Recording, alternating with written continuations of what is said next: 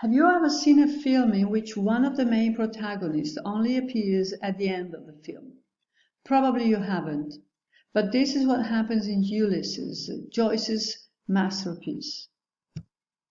In fact, Molly Bloom, one of the three most important characters, only appears in the 18th chapter, the last one, the so-called Penelope episode, which presents a full picture of Molly Bloom told through her own sleepy thoughts.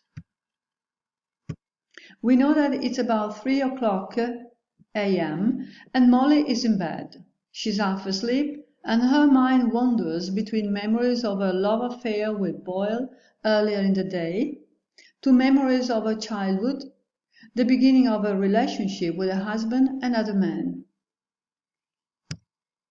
Thanks to the stream of consciousness technique, we are allowed into her mind and we have access to her most intimate thoughts without any filter. For 17 of the 18 episodes in Ulysses, we don't get anything but a fleeting glimpse of Mrs. Molly Bloom.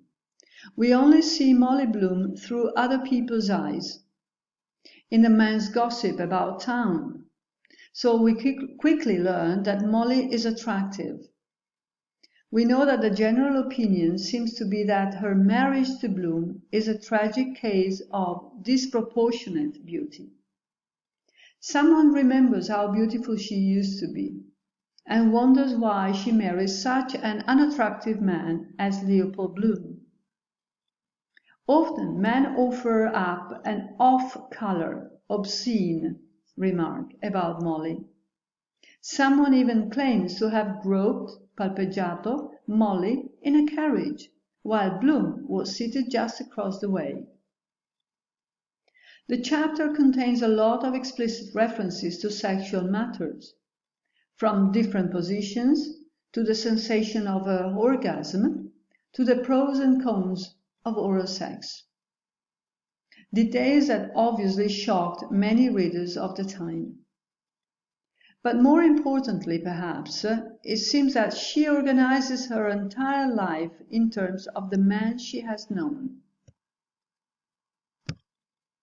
If we focus on the vulgarity and the physicality of her monologue, we cannot but feel sympathetic with Bloom, as he seems to be the well-meaning husband of a loose woman.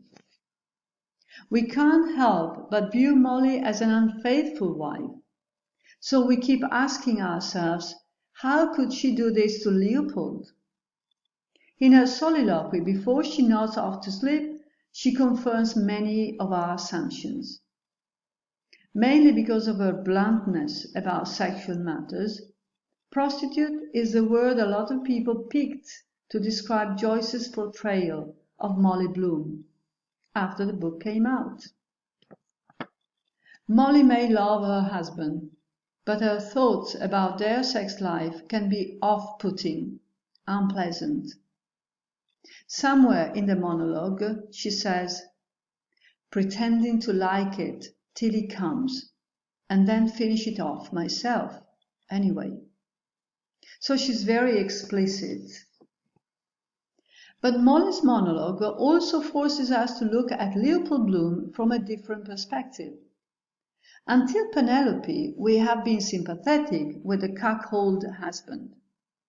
Here, though, Molly voices her suspicions that Bloom has been messing around on his own. She reveals that not only has he been unable to have sex with her for over 10 years, but he also has been cold and affectionless. As Molly thinks, it's all his fault if I am an adulteress. On the whole, Joyce's portrait of Molly is his honest attempt to capture, as a man, the female point of view. Molly represents the physicality which Joyce meant to enhance, to give prominence to, as he believes that everything happens through our body. Everything we do or think cannot exclude our body. It describes every single action of his characters, especially what is normally omitted because it's believed to be obvious, banal, or obscene. Molly's womanhood, her erotism and sexuality gives prominence to physicality. The physicality that centuries of Catholicism had turned into something sinful. Her monologue begins and ends with yes. And in the last part of the monologue, you can count at least 15 yes, with a rhythmic, musical, and erotic crescendo, which expresses the desire to live, to be a woman, to live with passion. The monologue ends with a memory of the first time she made love with Leopold, and it's very meaningful. Molly may have had other lovers, but Leopold is the only man she really loves. She remembers with pleasure every single detail of that day. Her memory of Bloom in grey tweed and straw hat, of the long kiss they exchanged, of their pleasure, and of his heart going like mad. These are all details made up of the substance of sensorial impressions. Memory seems to have the power to provide a source of intimacy between them. And the final lines contain an unrestrained affirmation and joy. They sound like a real declaration of love. So, in the parallelism with the real faithful Penelope of the Odyssey, Molly turns out to be a faithful wife, in spite of her infidelity. And Leopold Bloom is every man.